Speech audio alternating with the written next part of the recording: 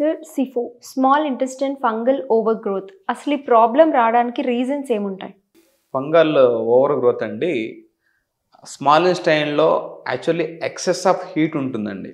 Actually ఇది small ఇంటెస్టైన్లో వచ్చే ప్రాబ్లం అండి. అక్కడ ఎక్సెస్ ఆఫ్ యాసిడ్స్ ఎక్కువగా ఉంటాయి. ఎందుకంటే డైజెషన్ పాయింట్ ఆఫ్లో రాటనింగ్ అయిన ఫుడ్ అంతా అక్కడ అబ్జార్ప్షన్ అవ్వడానికి సపోర్ట్ చేస్తుంది. ముఖ్యంగా చూసుకున్నట్లయితే అక్కడ ఎక్సెస్ ఆఫ్ ఫైర్ ఉండడం వల్ల ఆ రాటనింగ్ అనేది జరుగుతుంది. అట్లాగని ప్రేగులు మూమెంట్ అనేది ఉంటుందండి. ఆ మూమెంట్ అనేది కూడా తగ్గిపోతుంది ఫంగస్ ఉండడం వల్ల. ఎందుకు వస్తుంది అంటే ఎక్కువ ఫర్ ఎగ్జాంపుల్ మీకు ఒక చిన్న ఎగ్జాంపుల్ చెప్పాలంటే ఒక గ్లాస్ వాటర్ తీసుకొని దాన్ని ఫ్రిడ్జ్లో పెట్టామనుకోండి చిన్న ఐస్ ముక్కలాగా అవుతుంది. లేదా అలాగని హీట్ చేసామనుకోండి స్టీమ్ లాగా అవుతుంది. అంటే ఐస్కి మూమెంట్ అయ్యే లక్షణం ఉంటుందా, ఇక్కడ స్టీమ్కి ఆవిరికి ఎనర్జీ వచ్చి మూమెంట్ అయ్యే లక్షణం ఉంటుందా? స్టీమ్కి ఉంటుంది సార్ ఎనర్జీ. అట్లానే ఆ లోపల ఏదైతే ఫంగస్ ఉందో ఆ ఫంగస్ ఏంటంటే అక్కడ కోల్డ్ ప్యాతోని ఫామ్ చేస్తుందండి. అంటే కోల్డ్ ప్యాత్తో ఫామ్ అవడానికి ఉద్దేశం ఏంటంటే అక్కడ మనం తీసుకునే ఫుడ్లో చాలామంది చూస్తాం కూల్ డ్రింక్స్ కానివ్వండి, ఐస్ క్రీమ్స్ కానివ్వండి, చల్లగా ఉన్న పదార్థాలు తీసుకున్నప్పుడు ఏంటంటే మనం ఇందాక ఐస్తో ఎక్కడైతే పోల్చుకున్నామో అది స్టాగ్నేషన్ అలా ఉండిపోతుంది, మూమెంట్ అనేది ఉండదు. స్మాల్ ఇంటెస్టైన్లో మూమెంట్ అనేది తగ్గడం వలన అది స్లోగా డైజెషన్ అబ్జార్ప్షన్ అనేది జరుగుతుందండి. అయితే అక్కడ అబ్జార్ప్షన్ జరిగే క్రమంలో ఎప్పుడైతే మనం ఎక్కువ చలువ చేసే ఫుడ్స్ అంటే కోల్డ్ అనమాట, అంటే చలువ చేసేది కాదు ఫ్రిడ్జ్లో పెట్టిన ఐటమ్ను అట్లాంటి హెవీ కూలింగ్ ఉన్న ఫుడ్ తీసుకున్నప్పుడు ఏమంటే ఆ మూమెంట్ అనేది స్లో అవుతుందండి స్మాల్ ఇంటెస్టైన్లో.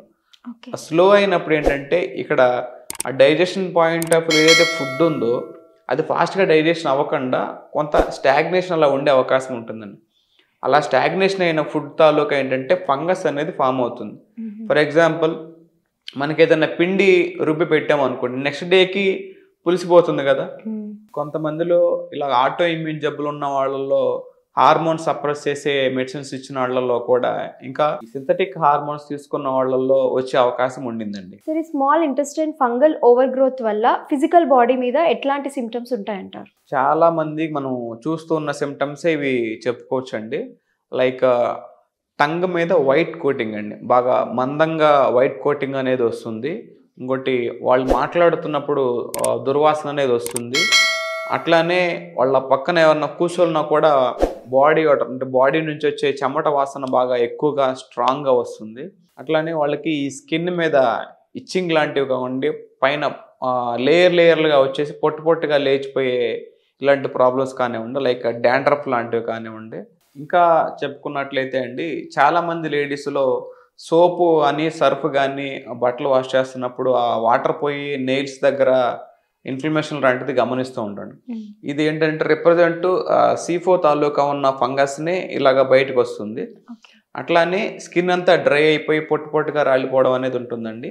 లైక్ చాలా మందిలో కాలి వేళ్ల దగ్గర కానివ్వండి, చేతి వేళ్ల దగ్గర కానివ్వండి, నెయిల్ బేస్లో ఇలాగా ఈ లక్షణాలను చాలా వరకు గమనించవచ్చు. సార్, ఈ స్మాల్ ఇంటెస్టైన్ ఫంగల్ ఓవర్ గ్రోత్కి ఎలక్ట్రో హోమియోలో ఏమైనా ట్రీట్మెంట్ ఉంటుందా? ఉంటుందండి.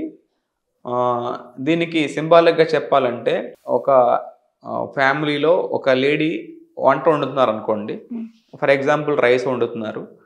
ప్రాపర్గా ఒక పొంగు వచ్చిన తర్వాత దాన్ని సిమ్ములో పెట్టేసి మళ్ళీ నెమ్మదిగా ఉడికేలా చేస్తారు. అయితే కొంతమంది ఏంటంటే సిమ్ములో పెట్టేసి ఎక్కువసేపు ఉంచడం కానివ్వండి, లేదా హైలో పెట్టి ఎక్కువ ఉంచడం వల్ల కానివ్వండి అక్కడ ప్రాపర్గా ఉడకాల్సిన ఫుడ్ ఎక్కువగా మాడిపోవడం కానివ్వండి, అంటే ఎసరు తక్కువ పోయడం వల్ల పొలుకుగా ఉండడం వల్ల కానివ్వండి, ఏదైతే ఈ రెండు ప్రాబ్లం అని సింబాలిక్ ఎట్లయితే చూపిస్తామో అట్లానే స్మాల్ ఇంటెస్టైన్లో ఆ ప్రాపర్ హీట్ అనేది తగ్గిన ప్రాబ్లమే, ఎక్సెస్ ఏసిడిక్ నేచర్ అయిన ప్రాబ్లమే. దాన్ని బ్యాలెన్స్గా ఉంచడం కోసము చేసేది ఎలక్ట్రో హోమియోపతిలో మనం మెడిసిన్ ఇచ్చి ప్రాపర్ యాసిడ్స్ ప్రాపర్గా రిలీజ్ అయ్యేలా చేసి దాన్ని నార్మలైజ్ చేయడం వల్ల ఈ ప్రాబ్లమ్స్ మనం బయటకు రావచ్చు.